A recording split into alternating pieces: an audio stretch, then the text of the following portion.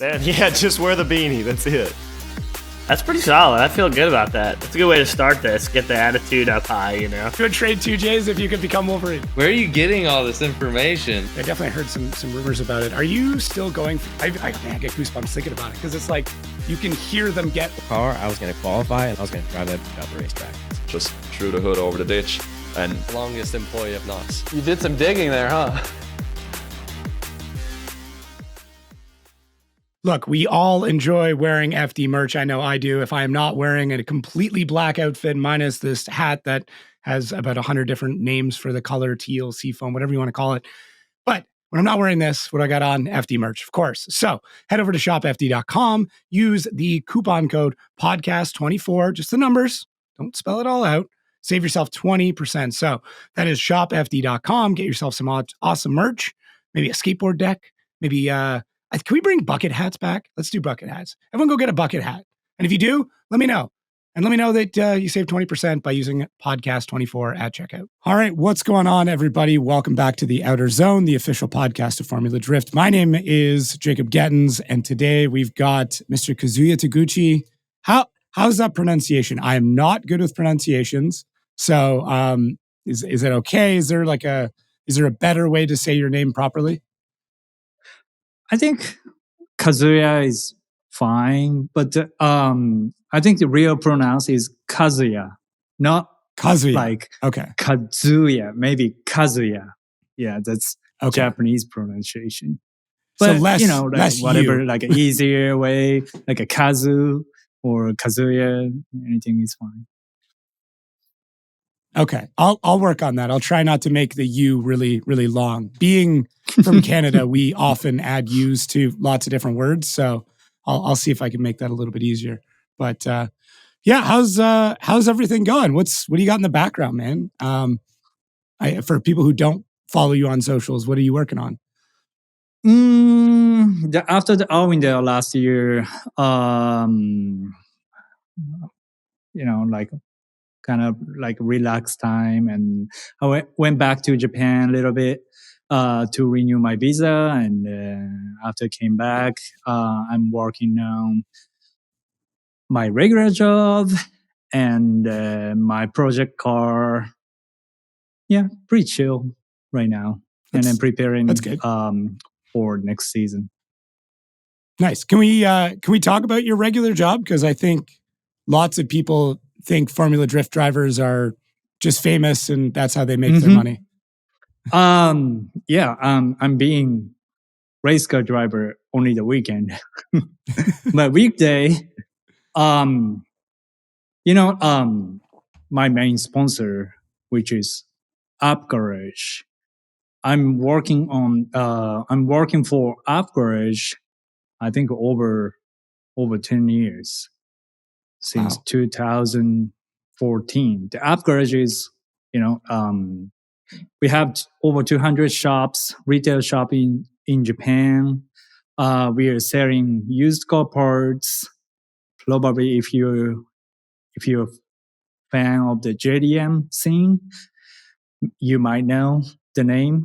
We are buying the parts from the customer and selling all those parts for the customer people.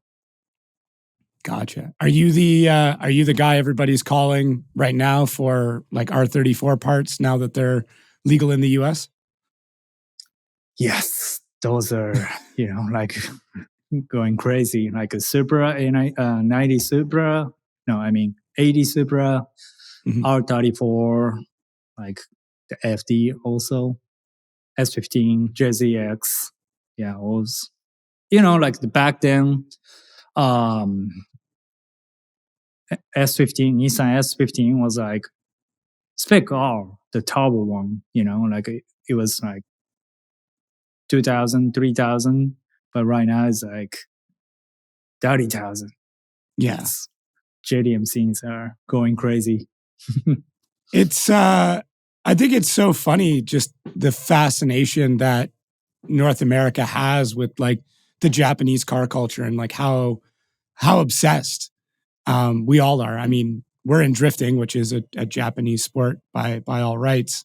And yeah, I think it's fascinating. Like we will pay 30, 40, $50,000 for a car that's 25 years old. And I mean, admittedly, some of them really aren't that great, but for some reason we'll pay a whole bunch of money for them.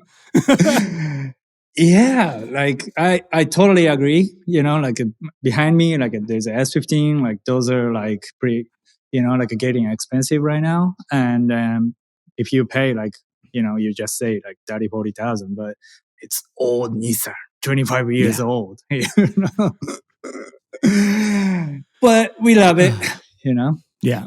Is there love this is there a similar fascination with the US within Japan where like people are saving up or trying to bring over US only cars? Like is that a culture that exists? I think so. Yes, there's a lot of USDM fans over there. I think the Okay. people I know. love the, you know, like the Tundra and like 64 Impala. Like, yeah, people love the American stuff in Japan. Huh. Okay. I've always wondered if there's like a cycle that happens where, let's say something happens in Japan that influences the American market, and then it gets changed a little bit, but then the Japanese market sees it, and then it comes back to Japan in like a different form.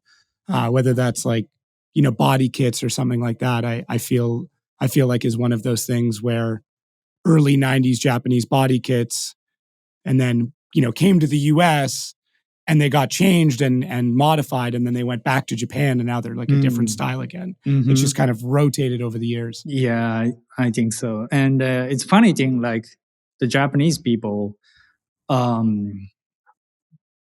we want a lot of USDM part, like the USDM tail light, USDM headlight, like a corner marker, like blinker. But here is like everyone wants to get like, you know, JDM parts. So Yeah. it's We just want what we can't have. That's it. It doesn't matter. It's cool because it's hard to get, right? mm-hmm. Yeah. Not necessarily it's good or looks better, but it looks better because no one has it. That's yeah. it. Huh. That's interesting. Is like, to be honest, I've never been to Japan. It is on my list. So I've always had a huge fascination with it. There's a show I used to watch which was called Begin Japanology. I'll send it to you because maybe you'd think it's kind of tacky and funny, but they would break down very specific for like an hour long, very specific parts of Japanese culture and explain it for an hour. And it would go everything from, you know, trains and different food items to like plastic food displays and like the whole culture behind plastic food displays. Mm-hmm. So it's been interesting trying to learn about the culture and the country, but not trying to do it from the car perspective, because I feel like that's easy. Because I don't know. I feel like it's expected of me and drifting fans to just know everything about Japanese car culture. Yeah. I am Japanese, so I didn't know like our culture is totally different from other countries. Like people say that Japanese culture is pretty special, it's pretty different, but I had no idea. And I came here and I'm pretty shocked, like everything pretty different. I mean, you know, good side and bad side. Mm-hmm. So yeah, I'm still learning every day here in US. What's that? How scary is that to make the jump to a country where, you know, you don't speak a lot of the language? I mean, your English has gotten incredible very, very quick. Thank you. Yeah, no, I can tell you've been working hard at it. I'm sure you know all the swear words, like that's day one. But how scary is that, making that jump from a country that bears only a slight resemblance to the US and just trying to make it? Actually, I wasn't scared. More like I was just pretty excited to see the new stuff, like new country, new people, to meet new people, and especially driving different country, different trucks. So I wasn't scared, but that time I came here, I think that was 2018. I only could speak yes, no, thank you. Only those 3 words, and then just took an airplane ticket and came here and driving. So I still really appreciate my team owner Jerry, because he trusted me a lot. I think that for the team, the sponsors, mechanics, like a crew, I think it's pretty important to have a conversation between drivers and crew, team owner, mechanic. But every time I got out the car, yeah, good. I only could say, yeah, the car is running. I think that was pretty tough for them for sure. Yeah. Well, I mean, I think you did your best, at least in the beginning. I think that R35, the GTR, is just not an easy car to drive. I know some of it had to do with wheel size and tire size and not being able to get really good tires for that sizing. But overall, the whole car seems very, I don't know how to explain, like cumbersome, like big and kind of just sloppy is what it looked like. Yeah, actually, a lot of people say the car looks difficult to drive, but I think that time I was thinking, well, shit, like pretty hard to drive this thing. I was thinking like that, but if I can drive, I think make it better and then make it work. So I think that time I just didn't have skill to drive and set up. I know you're saying like you could definitely drive, but you had to learn how to drive and then make changes to a car to make it the way you want it to be. Interesting. Yeah, that's a big difference between, I guess, and don't take this the wrong way, but between a good driver and a great driver is somebody who can take a good car and turn that car great or drive that car great. So, yeah. I still think there's a lot of potential in that chassis, and I would love to see more development of it. They're expensive, so there's not a lot of people driving them. But I would be interested to see how far that chassis could go, because they look amazing. They're incredible cars. Just I don't think we've seen many people drive them at a very, very high level and do super well in them.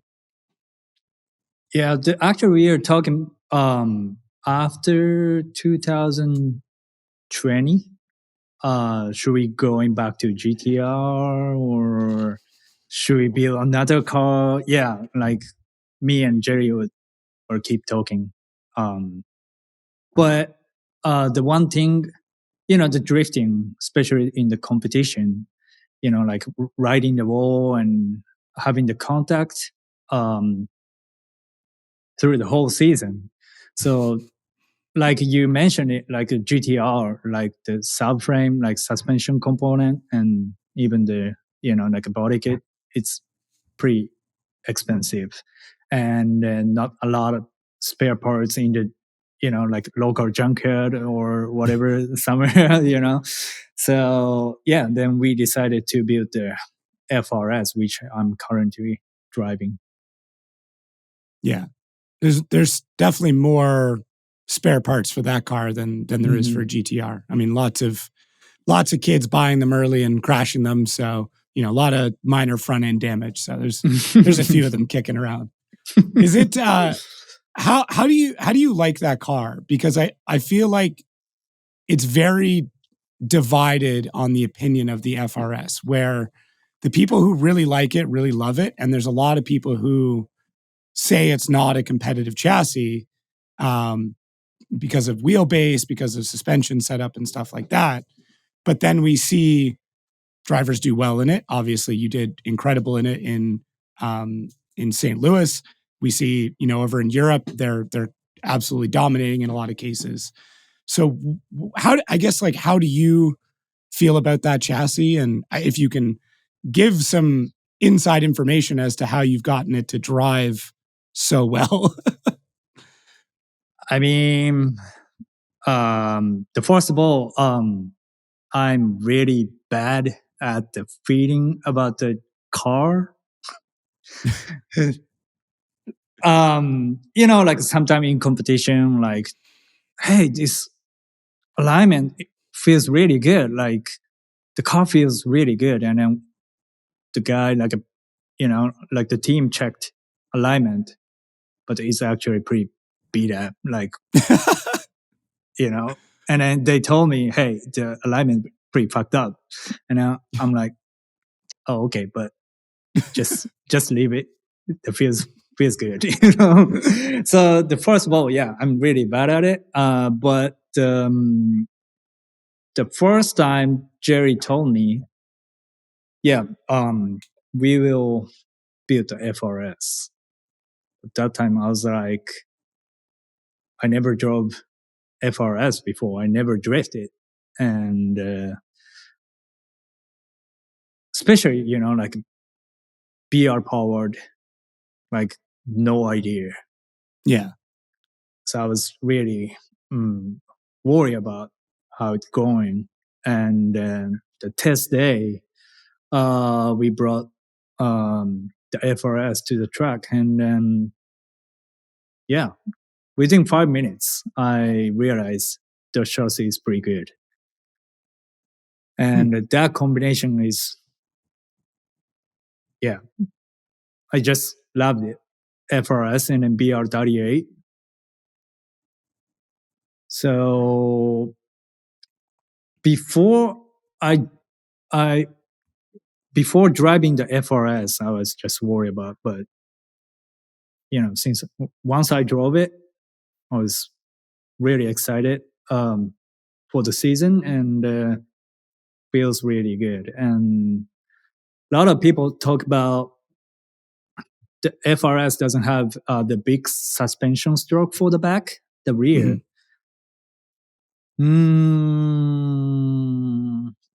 But I don't really feel like I don't really take that as bad for drifting and in my style. I don't use like big suspension stroke and squat, so that doesn't affect to me. I wonder. So I'm trying to think like the best way to put this together, because there's a lot to this idea. So I want to start with kind of Nick Novak in Irwindale, and I think looking at his driving in that, I've talked about it a few times, but I think we're going to look back on that moment later this year or next year and go, you can win an event by not being the fastest. Because for the last 5 years especially, it's just been about how fast can I make this car go? Mm-hmm. And I think it's led to a lot of twitchy cars, a lot of weird mistakes, things like that. And I think it makes a driver uncomfortable when a car is that twitchy and almost unpredictable. And that lack of confidence or that little bit of doubt in your head can ruin everything. And it doesn't matter how good the car is. Whereas, you talking about not using a bunch of suspension travel would traditionally mean that the car is not going to be as grippy. I know there's a lot more to it than that, but simple terms. So I wonder, with the bad alignment that you're saying, and I bet you that alignment wasn't bad, it just wasn't super grippy, and not running a bunch of rear grip again gives you that confidence to be able to drive the car more aggressively and maybe a little bit further, but it's a bit more forgiving, if that makes sense. Yeah, like you mentioned it. Like I don't know, like top 32, top 16, like against the driver who is driving really fast. Then a lot of people, a lot of team, including me, feel like should I like make more traction for next battle? Then kind of like kill yourself Mm-hmm. by your mistake. But like back 2022, we won at the St. Louis. Yeah. That time, whole weekend, we never changed the setup. We never touched the suspension, alignment, tire pressure. We like drove through the setup. Like initial setup, like which we set at the day one at the practice day.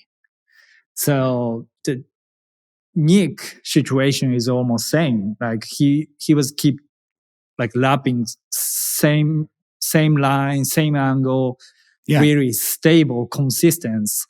Especially the out window, like the practice time is like daytime, and after the sunset, the track is almost like a different track Mm-hmm. because of the grip level.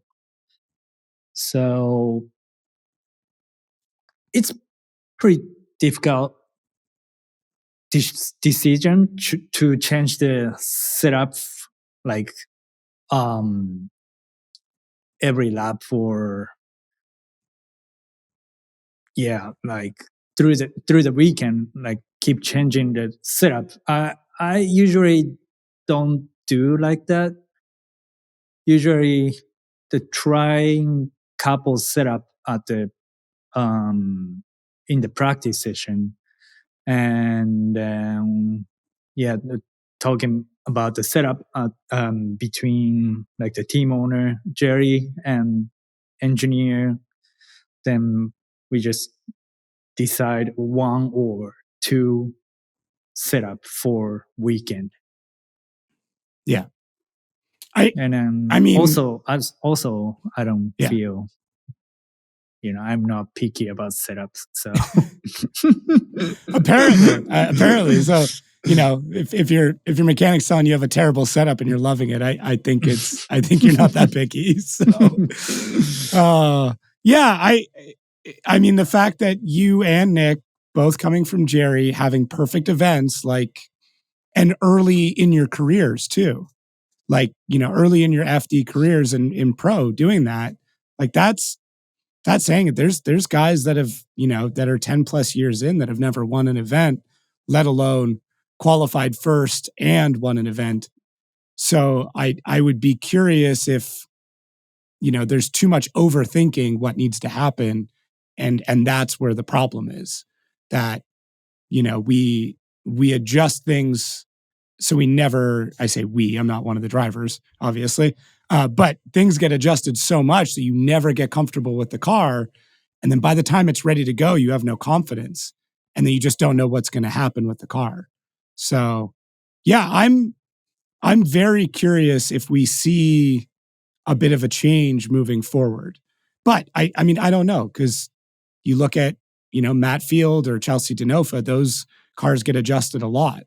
And, both guys did incredibly well. I don't know how much Odie's adjusting or Simon was adjusting or anybody else, but yeah, I think there's more than one way to deal with how to set up a car.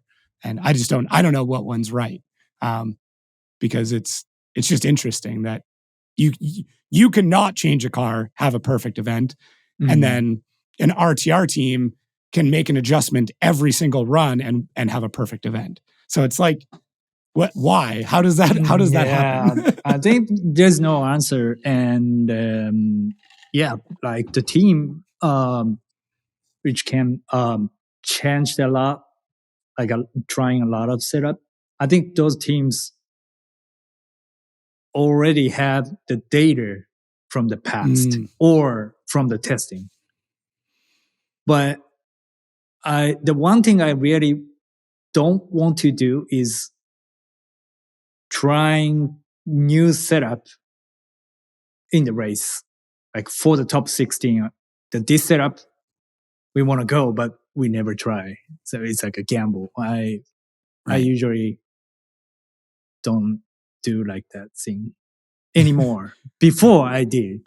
Before I was doing that a lot, but not Getting anymore. wiser with age is what it is. Now that you're, you still look like you're like what, or like mid 20s. I actually have no idea how old you are. I didn't look that up. I looked up everything else. 31. Okay. Yeah, you're still a young buck. You're good. You got lots of time. Am I good? Yeah. Hey, I have to say that I'm 33, so you have to be good. Almost same. Yeah. Exactly. Oh, so within the U.S., there's lots of people that have stories about learning about drifting and being inspired by drifting from option DVDs, obviously different TV shows and stuff like that.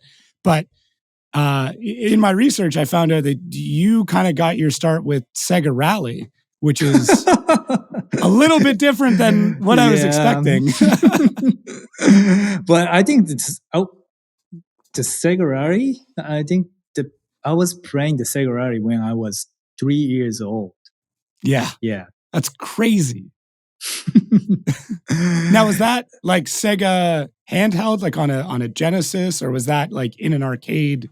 Like I think those at my place. When I was 3 years old, my mom had the cancer, and it was not, like not a good situation. Now she's fine, but okay. Then yeah. So that time, I was spending time with my dad, like almost a year, and I felt probably like really lonely, and the while my dad is cooking or my dad is taking a shower, like I just feel lonely, and I was just crying a lot, the 3 years old. And my dad tried like the TV shows, showing me like a TV show for kids, but didn't work. And I have no idea. Somehow he got me the Sega Rally and a steering controller, and I started playing it. Yeah. Like I literally like stopped crying and just kept driving. Yeah, that was the first time I touched to the like some karting, like not real car. It's a just a TV game, but I think I was really having fun. Well, and I mean, it seems like you stuck with that, and that obviously it's done you well now. I looking through the timeline of your life, it was interesting to see how much stuff you did and how young you were. Your first competition or first like big drifting experience, you were what, 9 years old? In an S13? Oh, that was 15 years old. Okay. When in the high school student. Sneaking out. I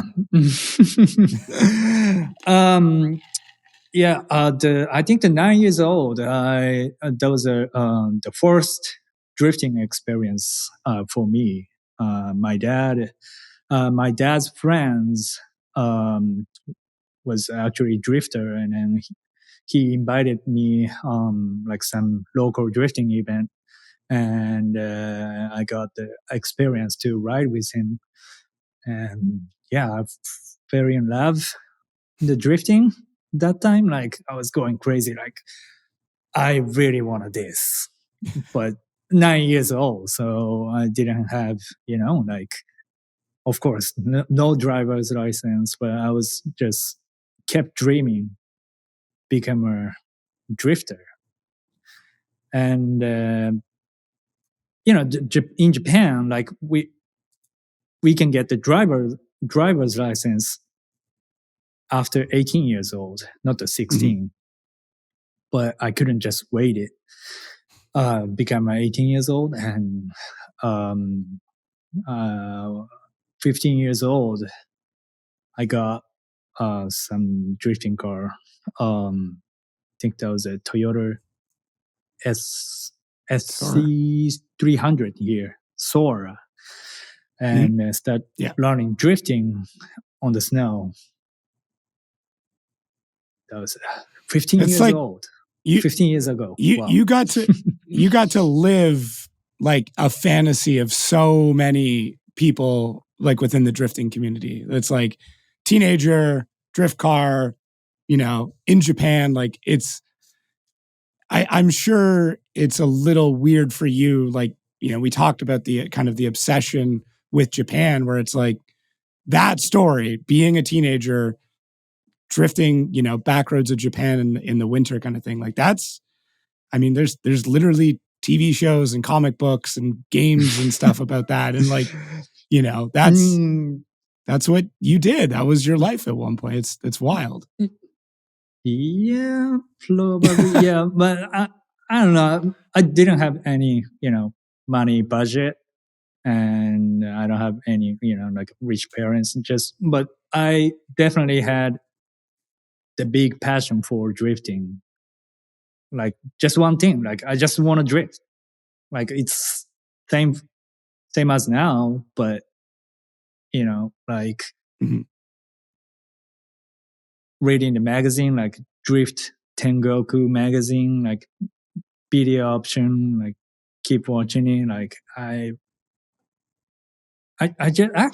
didn't think like, like want to become pro driver. More like I just wanted to drift. And this is is it just wanting to drift with the best or the fastest or the craziest that gets you to like the pro level? Or like, you said you just wanted to drift. Like you could have just been a party drifter or like an event drifter for the rest of your life and have arguably gotten much more seat time, way cheaper.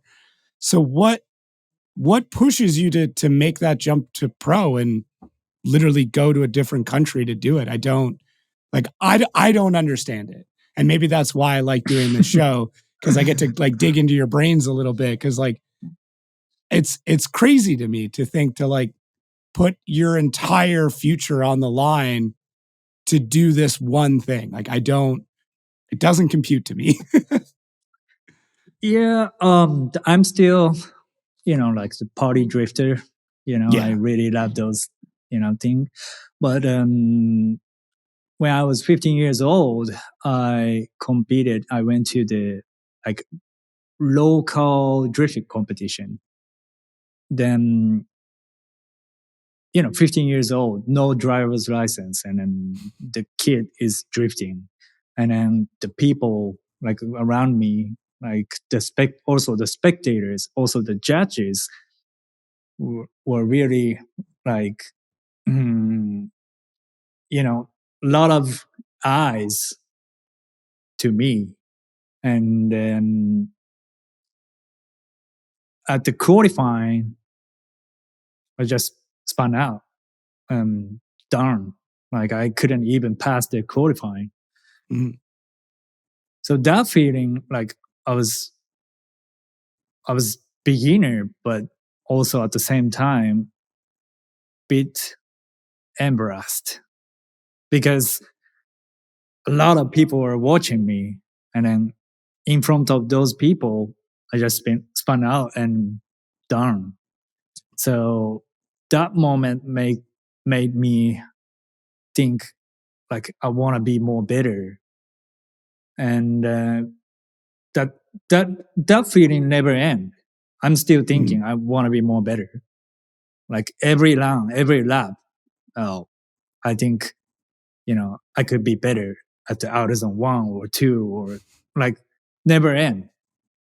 So yeah, that moment made me a more better driver, and then just still keep thinking it. So it sounds kind of sad, but never be happy about my driving. Even I won or lost, doesn't matter. So there is no perfect run for me. Probably for the other pro driver as well. And then I kept thinking like that. And after I got driver's license, and I went to another drifting competition when I was 18. That was like a drifting competition. Only can compete students, like university student or high school student. I think the limit is 24 years old.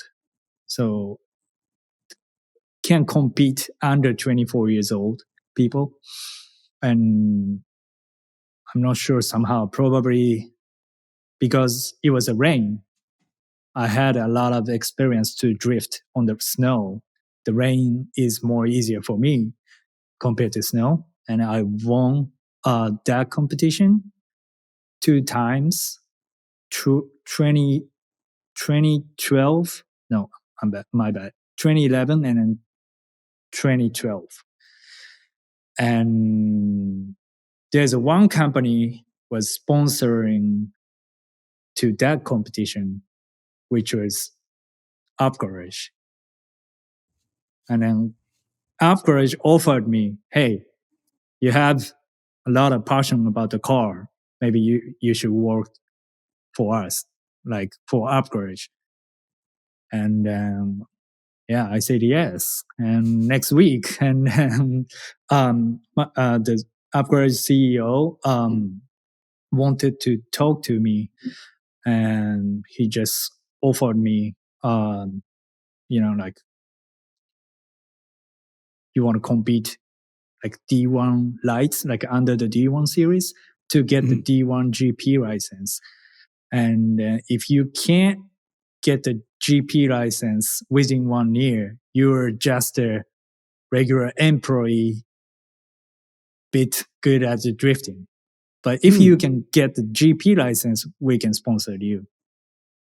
So I got that offer at the 2014, and then I got the D1 GP license within 1 year, and I became the D1 GP driver and like regular employee for UPGARAGE.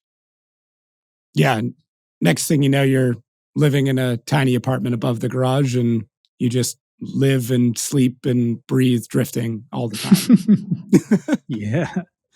Like working for UPGARAGE, like 9 to 7, 8. Then after that, like just start maintaining my competition car until 2, 3 a.m. and then sleep like 2, 3 hours and going to work and spend the time in the garage to maintain the car. Like I just kept doing like that, like these, I don't know, almost 10 years. I didn't do it for 10 years, but I lived in a restaurant that I worked at for a while. And then another restaurant I worked at, we would sleep in it pretty regularly. So I get it. I get it. It's like when it's all that matters, like it doesn't seem that bad at the time. It doesn't seem crazy to not do anything else. It's just, that's what you're doing. So I get it. It's a weird obsession, and it gets like stuck in your head, right? Like, yeah, like the people say like that's tough life, but I didn't feel like that. Like it was just fun, like the working for a regular job, and after that, like spending the time with my friends and maintain for the competition car, and was just because of the passion. Like I just loved it. Yeah. What seems like a tough life is working 9 to 5 for a job you hate and coming home and not doing the thing you love. Like that, Mhm. that's a tough life to me. Yeah, You know, working that's for sure. 12 hours a day doing something you love and then Mhm. going home and doing something else you love, even if that's 20 hours out of the day and you're only sleeping 4, that's way better to me than only working 8 hours and hating every moment. Yeah, I agree with that. Yeah. Yeah. I very much can understand that. So I don't think you're crazy. I completely get it. So I know you're a little crazy. You all have to be. All you drivers are a little nuts. But yeah. Can you explain to me how you convinced your dad to give you an S15? Yeah. Actually, my dad, he was trying to start drifting himself, and he got cool. S15. Before S15, he had STI Subaru, but he sold it and bought S15 and trying to start drifting. He did a little bit, but not really into it. Then yeah, like after I got driver's license, I was trying to steal the S15 from my dad, but it took 3-4 months, I guess. I'm not a drink, but he drinks the beer, and then like every night, I swung by 7-Eleven to get their beer for him and made him drunk. And once I realized, oh, he's drunk, and I was asking like, hey, like I got driver's license, and I'm gonna go university. I think I want to get the S15 from you. And he kept saying, no, hell no. What? Yeah, but after 3 months, I made a mission. Finally, he said yes, and yeah, I could steal his S15. That was my S15 for me. That's so funny. You just bribed him with beer. That's nuts. I like it. Hey, you got to do what you got to do, man. Yeah. Oh, that's too funny. But I think if he didn't give me a S15, I think I couldn't become, like a driver. Maybe, more tough, I think. That's one of the reasons. Yeah. Well, hey, I mean, maybe we can thank 7-Eleven for giving you a hand with that. Maybe we'll talk to them. I think they're doing some work with Larry Chen right now, so I think you need to hit them up. They're in the drifting market at least, so yeah, it's a good story. Just pitch that story to them. I don't know if that's going to meet their advertising wants, but hey, whatever. Give it a shot. So I've heard before events, you very much like to visualize the runs and the event in your head, that you like to run through everything quite a lot. Is that something that you've done for a long time? Is that something new, or like what type of mental preparation do you do to kind of get into the right headspace for driving? Since I don't have any seat time right now, like these 2 years, I don't drift as a personal other than FD. I used to have my personal car in California and drifting in the local truck, but I don't have it anymore.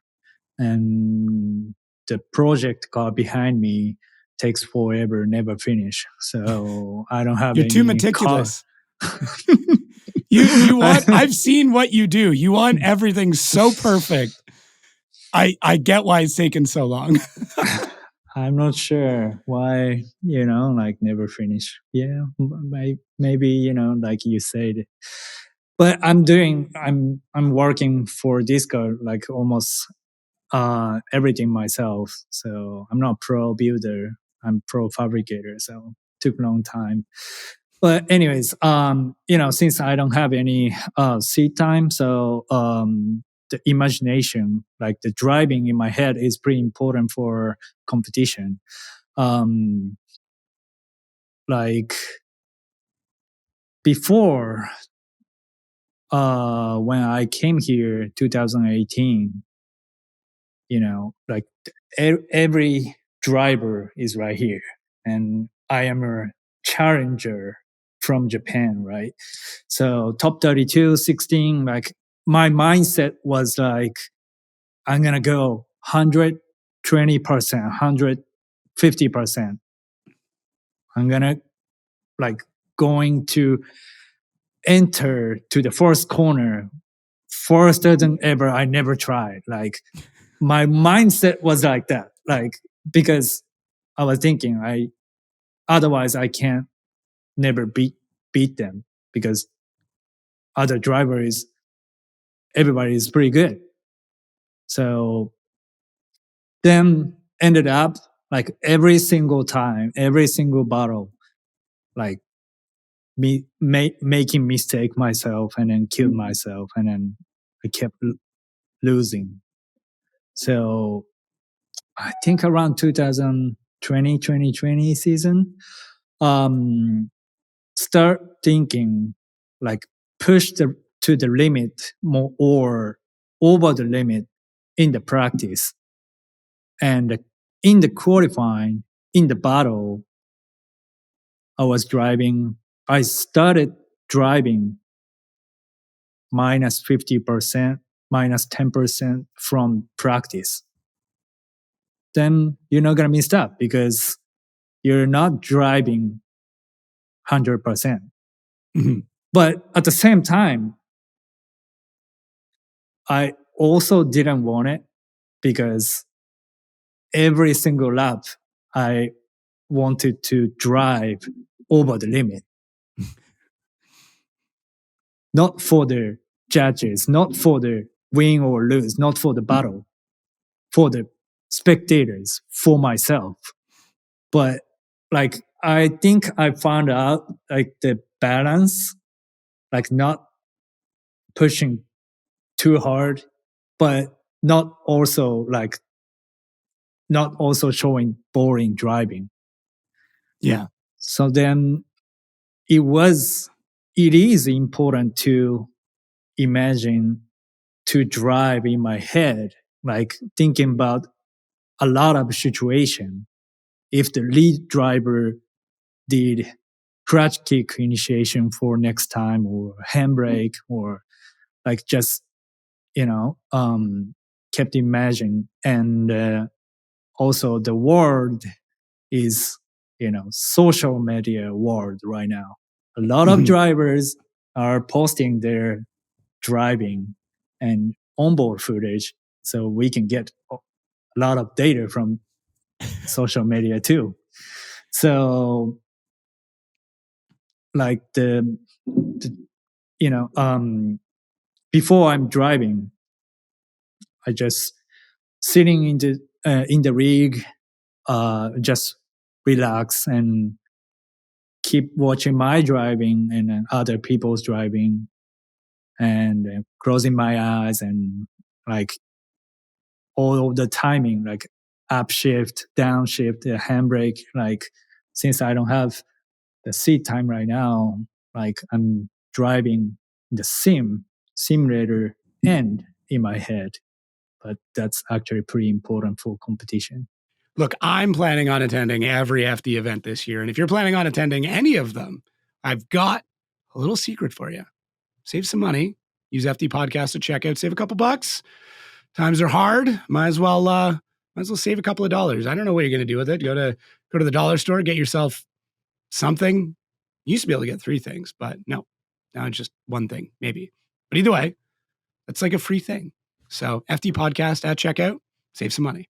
I like the fact you're using Instagram against them. Like, I think I think it's it's the first time I've heard somebody like come out and really say that it's like if I'm, we have you have spotters, you have somebody who's going to give you notes.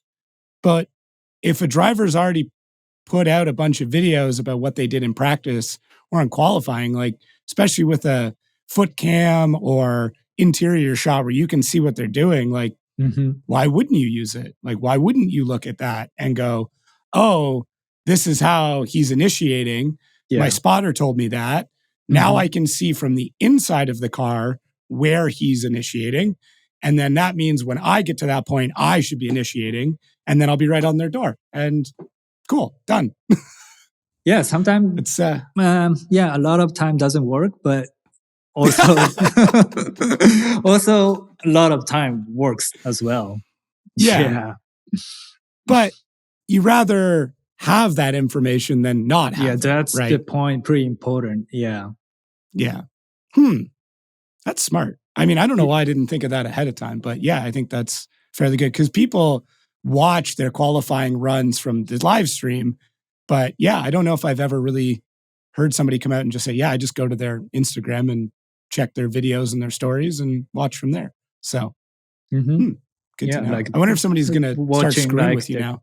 Qualifying video from through the FD YouTube, and whole night just keep watching for next day. Yeah, just refreshing to see if they upload a new video. Notifications on. Yes, exactly. Yeah.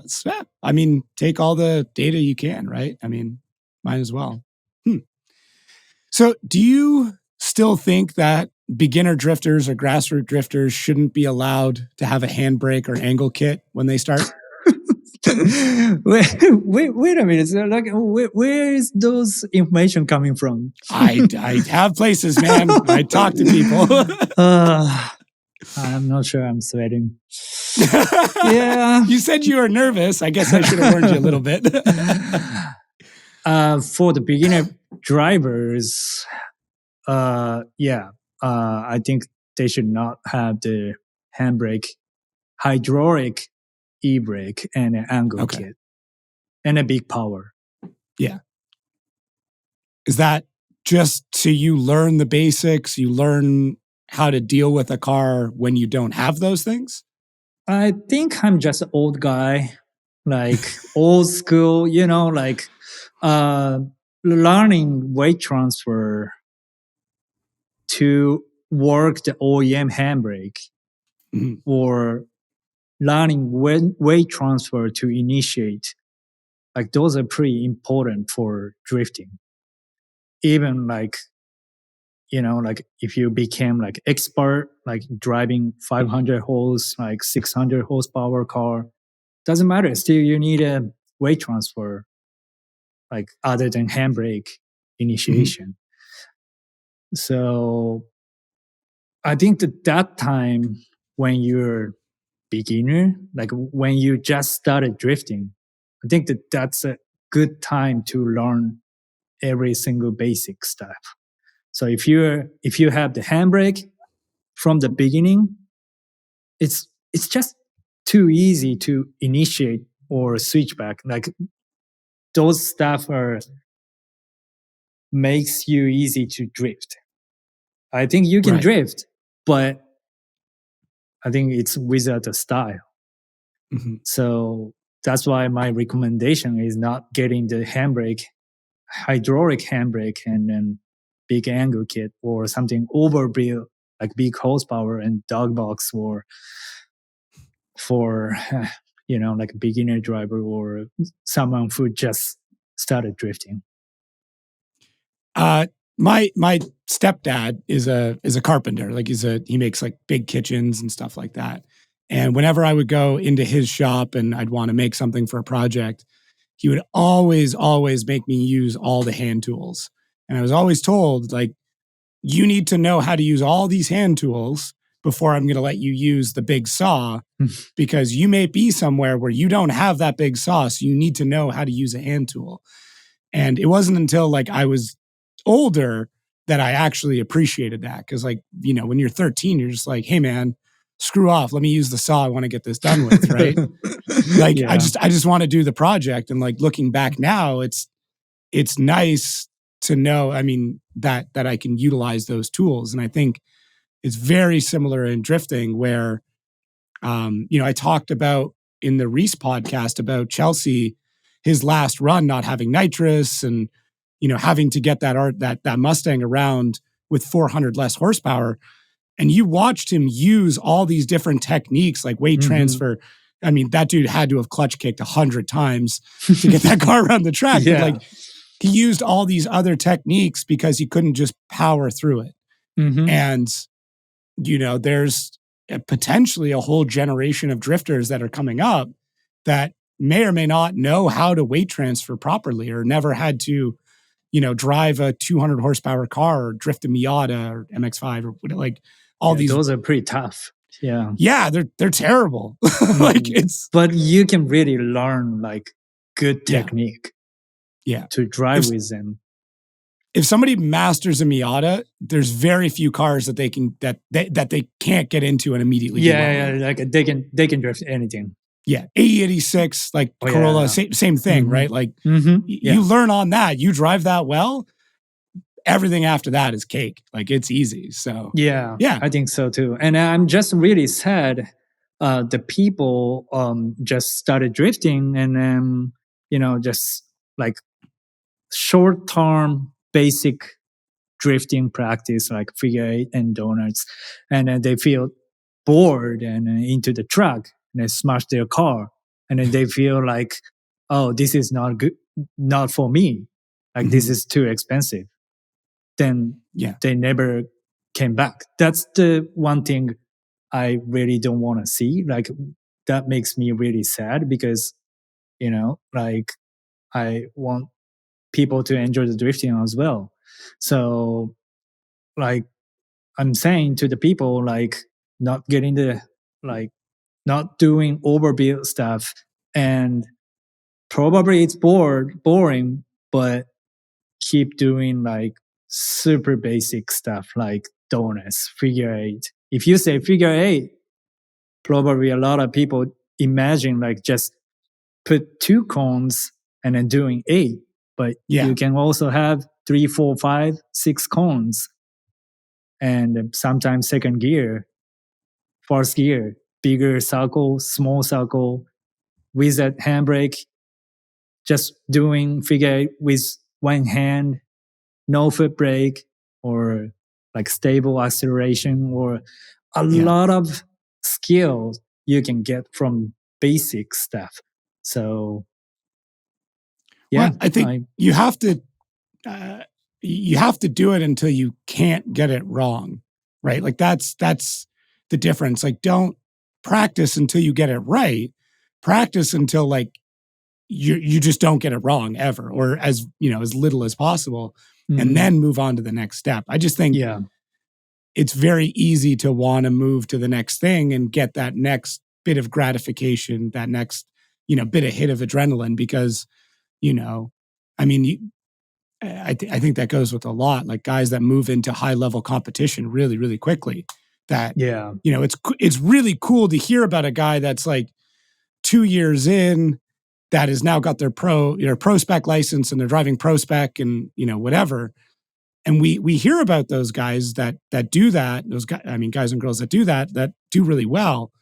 But we forget about all the people that did that run out of money, run out of passion, run out of time, and we never hear about them again. That only did 2 years, got to a higher level, and then just disappear. We only remember really the ones that did great. Yeah. I mean, I get it to some point.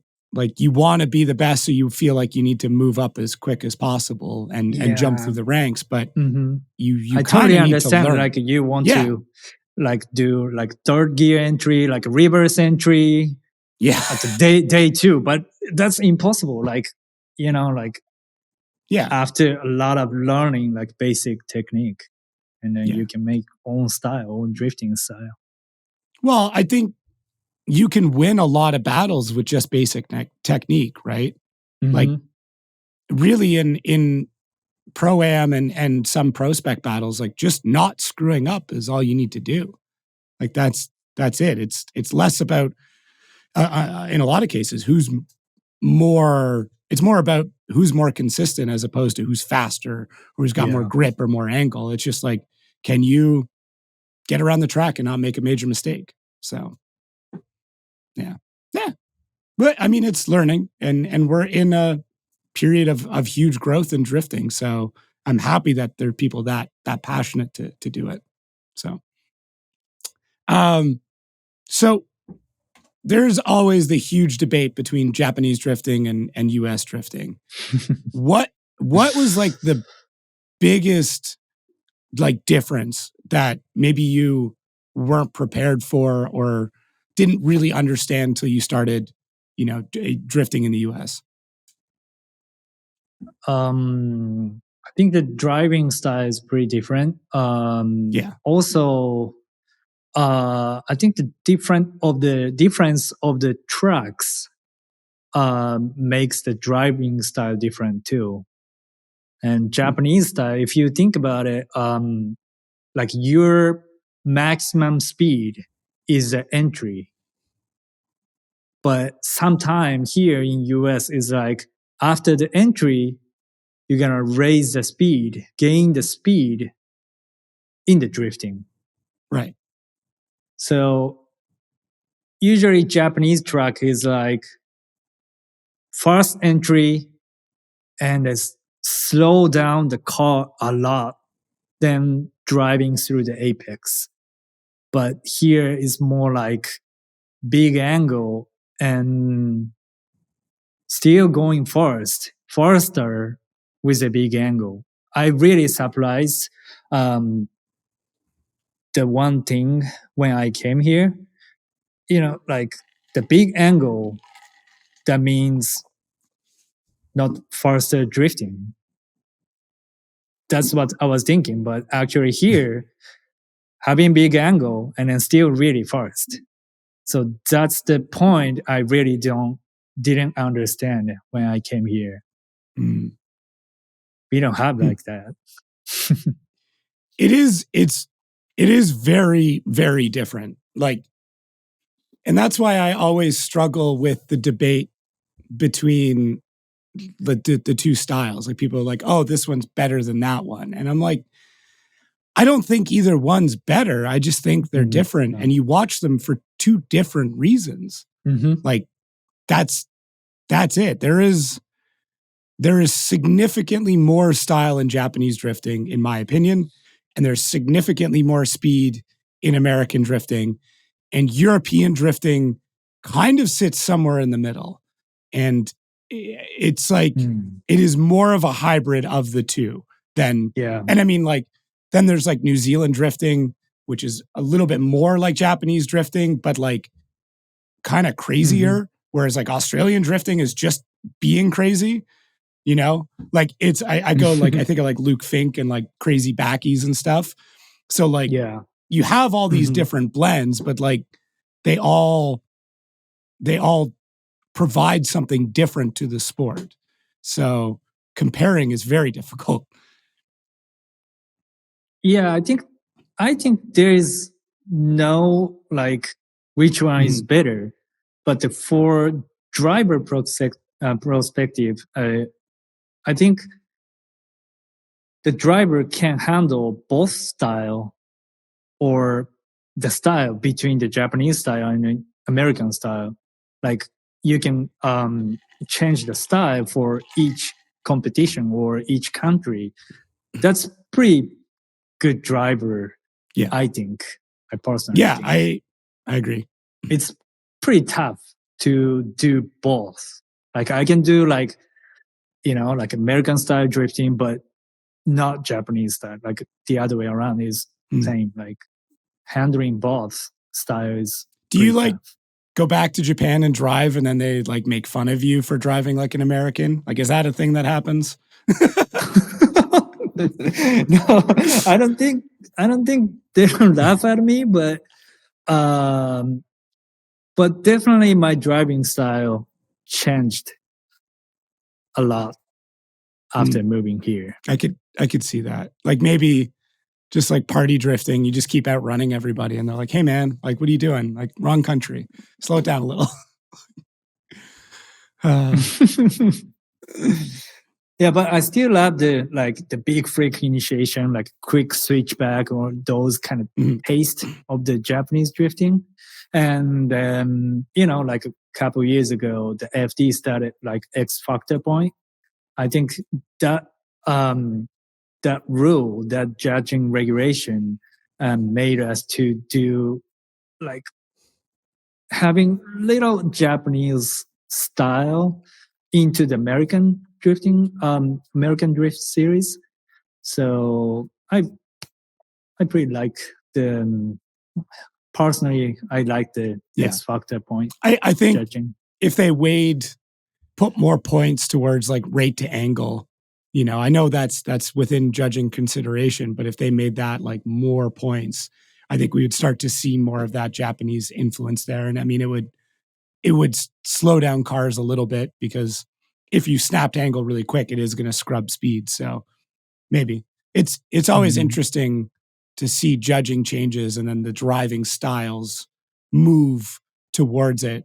Some drivers adapt really quick and some don't, and some struggle for a bit, and some, realize that like, oh, this now matches my style. So yeah, I'm curious. I've heard rumors of some big changes coming, but I can't talk to them yet. There's lots of talks going on. So yeah. The drifting rumor mill is always busy. So yeah, I'm pretty excited. So where do you fall in? I've been asking everybody this year about like the tire size debate. Where do you sit with that? Have we gone too far with how big and sticky tires have gotten? Should we keep going further? Should we bring it back? Are we in a good spot? Like, where do you feel the tires are right now? I don't have any complaint about current situation. I think some people say like we want to go, we need like more bigger tire, fat tire. But I think those bigger tire made us some difficult situation, like not everything going better. Not everything goes better. So, like I'm pretty happy about the current situation. Like we are running GT Radial SX2 RS, which is 295 4018. I don't think I need more bigger tire and also the smaller tire. And like some people is saying like maybe we should do like 265 hold, like everyone has to run like same tire size. I think I agreed with like like running same tire size. I think that's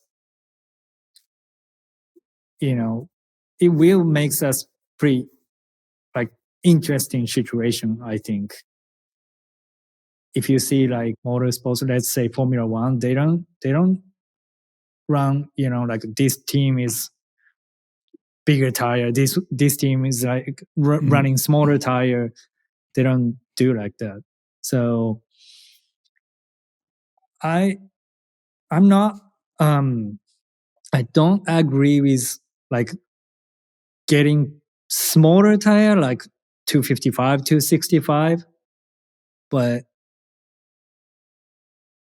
I agree with like using same tire size in the pro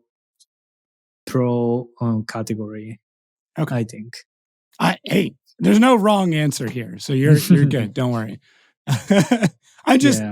I'm trying to understand from the driver perspective, and I think a lot of the opinions kind of come down to whether, or I mean, honestly, like how the funding is in the program. The drivers that have a lot of funding, they don't care because they're like, yeah, we'll break everything. I'll put a transmission in it every lap. I don't care. And the drivers who are a little more conscientious of money are like, hey, these big tires are expensive and they break a lot of shit.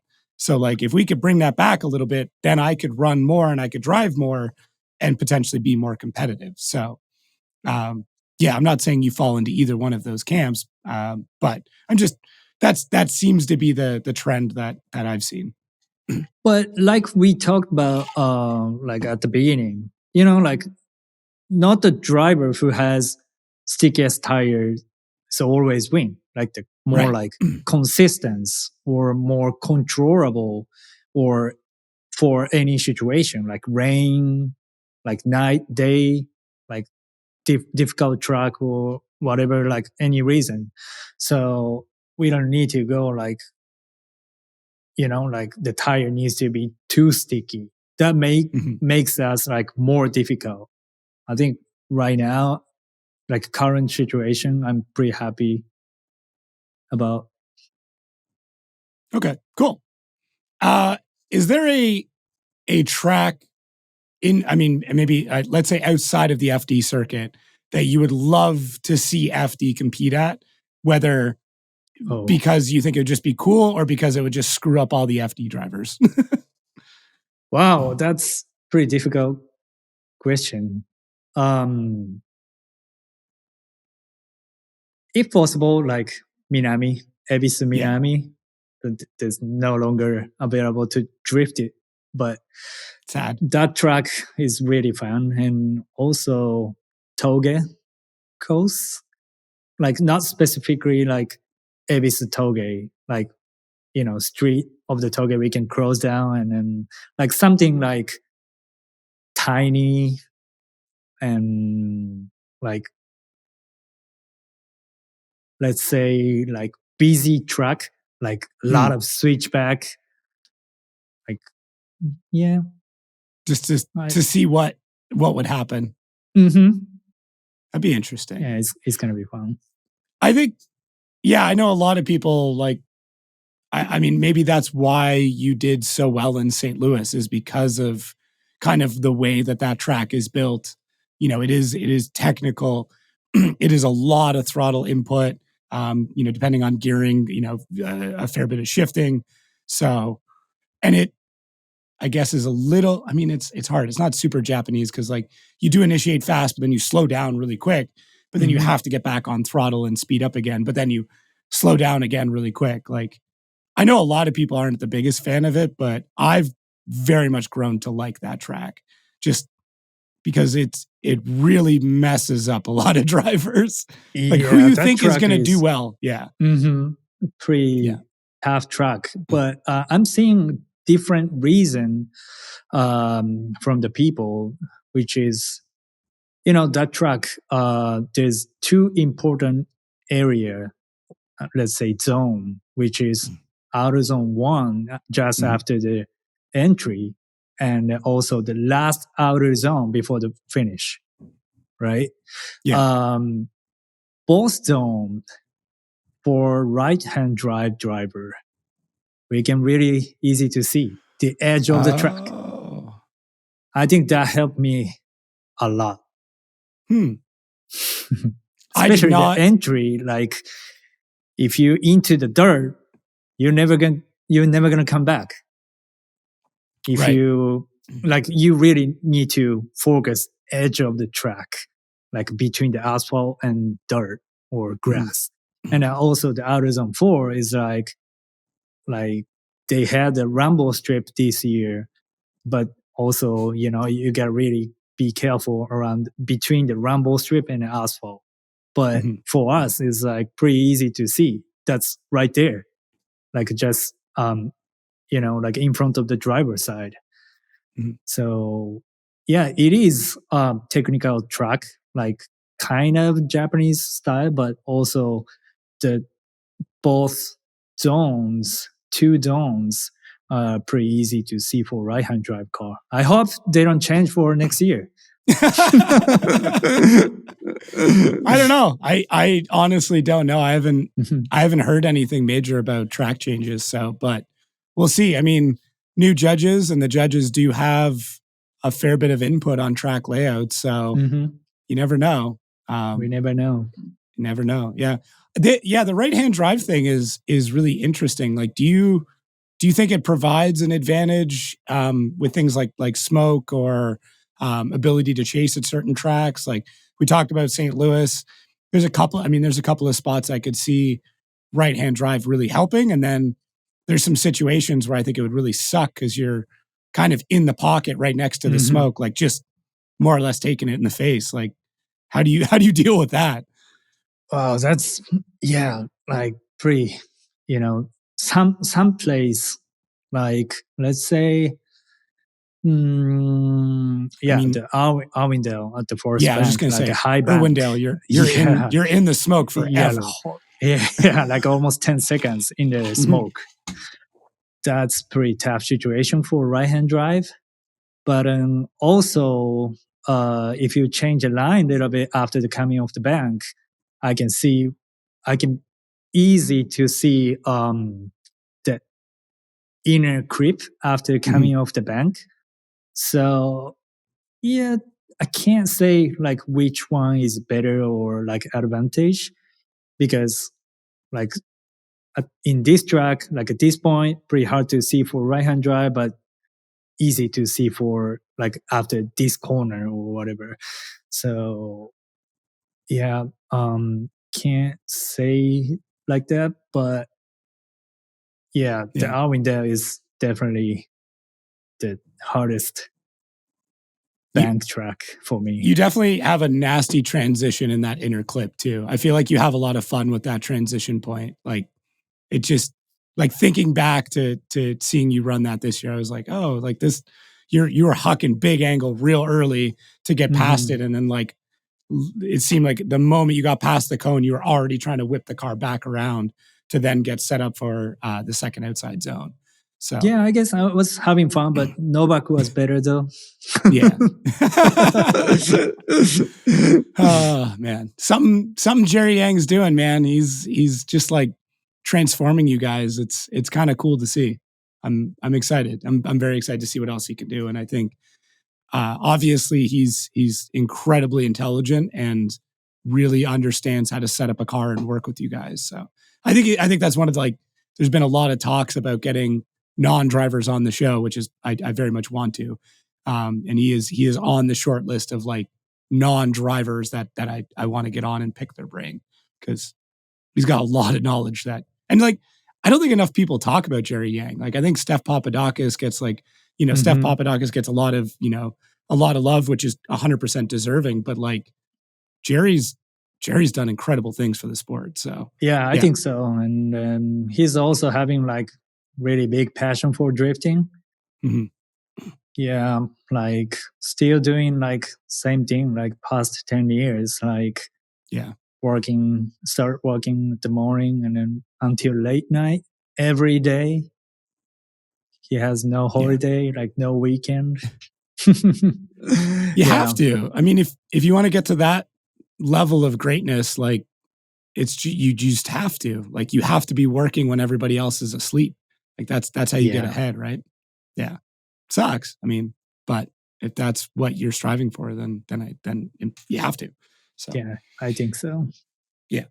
So can you explain to me why all of the Japanese drivers that come over to America have incredible hair? I was looking through, like, you guys all do. Like you have like this beautiful coiffed going through. Ken has great hair. Dai had the spikes. I mean, even Daigo had some killer hair. Like, what is it? I mean, the style for everything, right? In the drifting. So you want a great body kit and a wide fender. So why not like you don't have, like the body kit for myself. I know you've been working all day. Yeah. You've been working all day and your hair's like perfect. So I don't get it. Yeah, it really sucks to wear the helmet.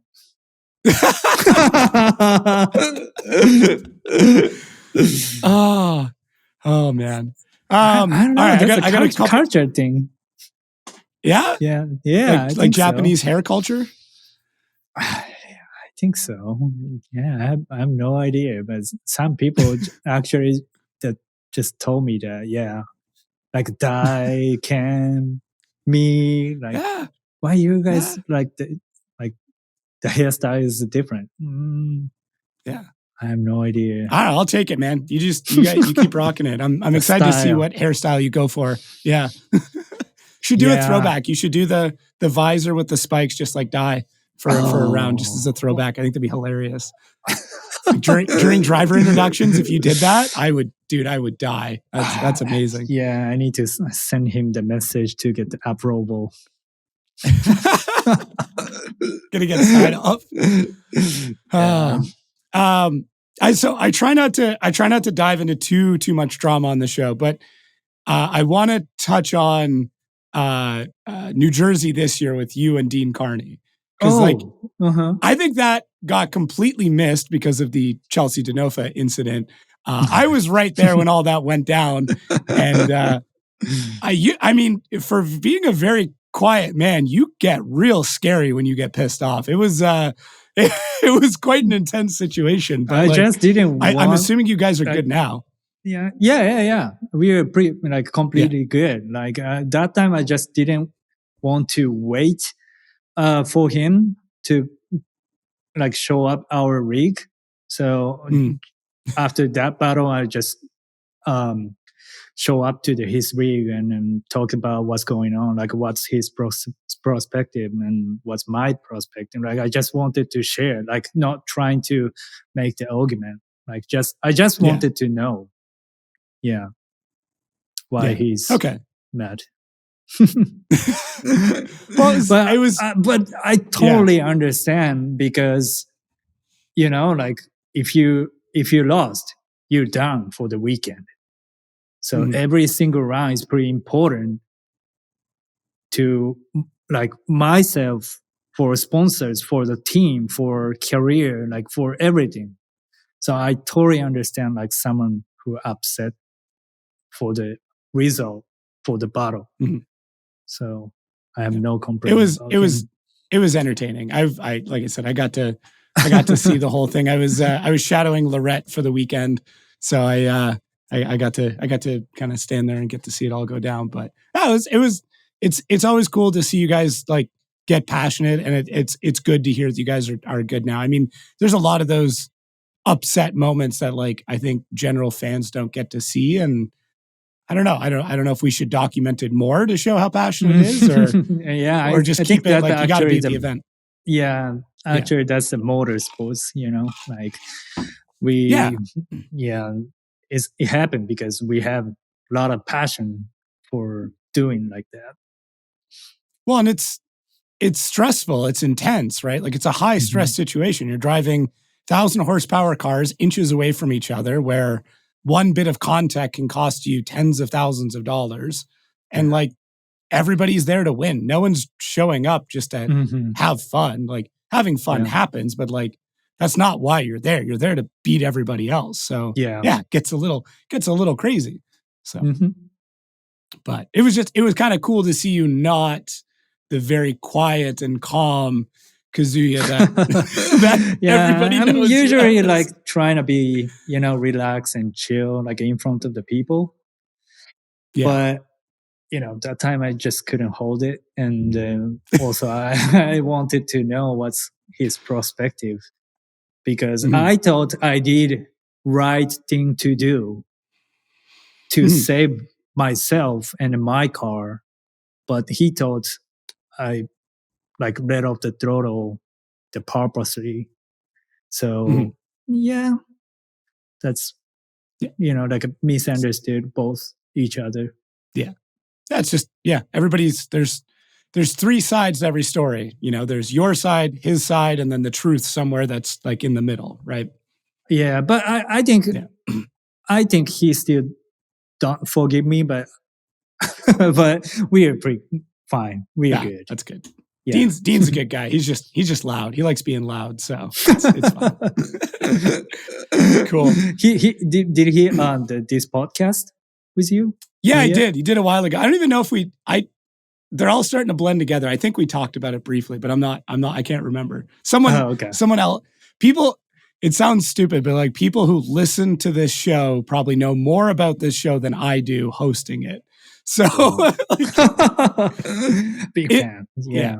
well, I mean, I'm sure there's people who follow your career that remember things that you've said that like, you're like, I don't remember saying that. Like, you know, it's different, I guess. I don't know. When it's happening to you in real time, it's very difficult to remember all of it. If somebody's listening to it after, it's a little bit easier. So maybe I did. I don't know if I did. I think I did. I don't know. Cool. Last question. And this is just a personal one for me, to be honest with you. A few years ago, you actually came and visited my home track in Canada. Oh, no a place way. called Shannonville for Top Drift. I did. Yeah. One, thank you for coming out. Two, I know it's that event is not the way it used to be because it was pretty wild back then. Lack of tech inspections and hot tracks like crazy. But I'm curious, and I'm asking for all my buddies. Any plans to come back to Canada to drive? I'm sure we can find you some cars. But any plans to come back and do some driving? Like I'm talking with a guy, like my friends, to go back this year. Actually, I really want to go back to the Canada, especially like I want to meet them again and then driving with them again. And then also my girlfriend is a Canadian. She's from I didn't know that. Montreal. So we can like have like time to trip sightseeing, and also I want to drive there. Nice. And I found a good Japanese restaurant in Toronto, Ottawa. So I want to go back. Okay. Like it was a restaurant in Toronto or in Ottawa? Those are like two different places. I think in Ottawa. Okay. Do you remember what it was called? Let me see. I was going to ask. I saved it in the Google Maps, so I think I can check. All right. It is. I just want to know because, like, I mean, that's some pretty high praise if they've got good Japanese food. So, I mean, that's gives me a good spot to look at. So. That's Kochi Sushi Japanese restaurant. Okay, cool. Well, if you're in the Ottawa area, I know there's a bunch of. Actually, the guy that does all the editing for this podcast lives near there, so I'll have to hit him up. Yeah, it says Brockville. Oh, in Brockville. Oh, shit. Mm-hmm. Okay, I know where that is. Yep. All right, good to know. Mm-hmm. I got family out that way too. Maybe I'll make a trip to Brockville and let them know. Yeah. So sick. Yeah. I mean, hey, you let me know when you're back in Canada. I am more than happy to make some time to come see you as well. I mean, I'm going to see you 8 times this year anyways, so maybe it'll be boring at that point, but I think that'd be cool. I think it was a big deal, man, when you showed up. Like that was a huge deal for everybody in the local drift scene. So thank you for doing that. It means it does mean a lot. I was really having the fun. Like it was really fun for me, like actually a funny story, like the guy who invited me was just a customer for UPGARAGE. Okay. Like many years ago, he bought some JDM parts through me in the store in Japan.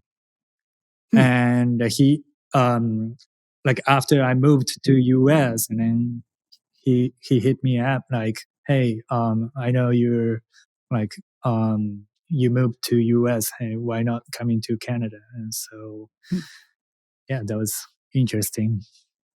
Hey, I mean, it got you out to the event, and like I said, it was big news. It was big news in the local drift scene that you were there. So, yeah, that's awesome, man.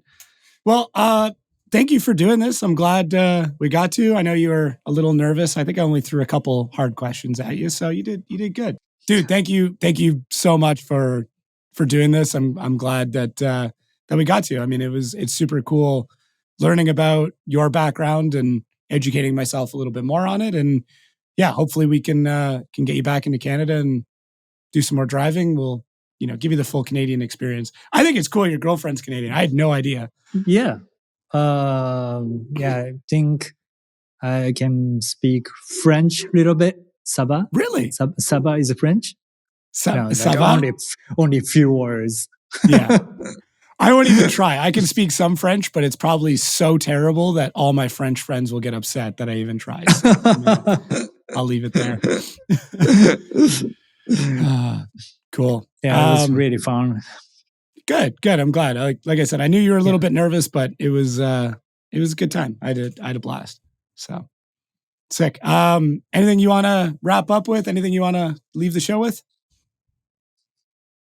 Yeah. I didn't prepare anything. Like I just really appreciate for everybody, like the spectators and fans, like all the sponsors, team. I am a gaijin, foreigner, outsider, whatever it's called. Like, like these 5 years, it's, it was pretty difficult because of the language barrier. Like, it was sometimes really tough, but thank you for supporting everybody. I'm really happy, like following me, the social media, like talking to me at the venue in the FD. Like I think the drifting people, everyone is good guy and good people. That's what I feel like. That's all over the world, in Japan or somewhere in US as well. So if you just started drifting, like don't hesitate to ask, like learning the setup, learning how to drive from the other expert pro. Like I think, like they can teach everything. So yeah, don't hesitate to talk and enjoy the drifting and enjoy the season 2024 of the FD. I hope we can enjoy as well. Yeah, it's going to be sick, man. I'm very excited to see what you're able to do this year. And it's going to be a good time. And now we know each other, so we can hang out more. It'll be perfect. But yes. Cool. For everybody listening and watching at home, thank you so much for all the support on my end of things and supporting the show. Please make sure to give a share if somebody is very much into Japanese drifting, maybe hasn't listened to the show yet. Shoot this over. I'll leave all of Kazuya, all of his socials down below. Yes, I got it. Make sure to give him a follow. You do some very precise, meticulous fab work, and it's been really cool to watch. Keep posting those videos, man. That car will be done eventually. I think the 2030, 2045 before I died. Like yeah. Yeah. He'll take it out of paint the day before he dies, and that'll be it. It'll go in a museum at that point. So cool. Thanks again, everybody, for watching, and we'll catch everyone next week.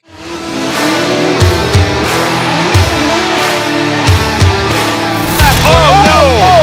Boy! Whoa! Boy, go! Go! Not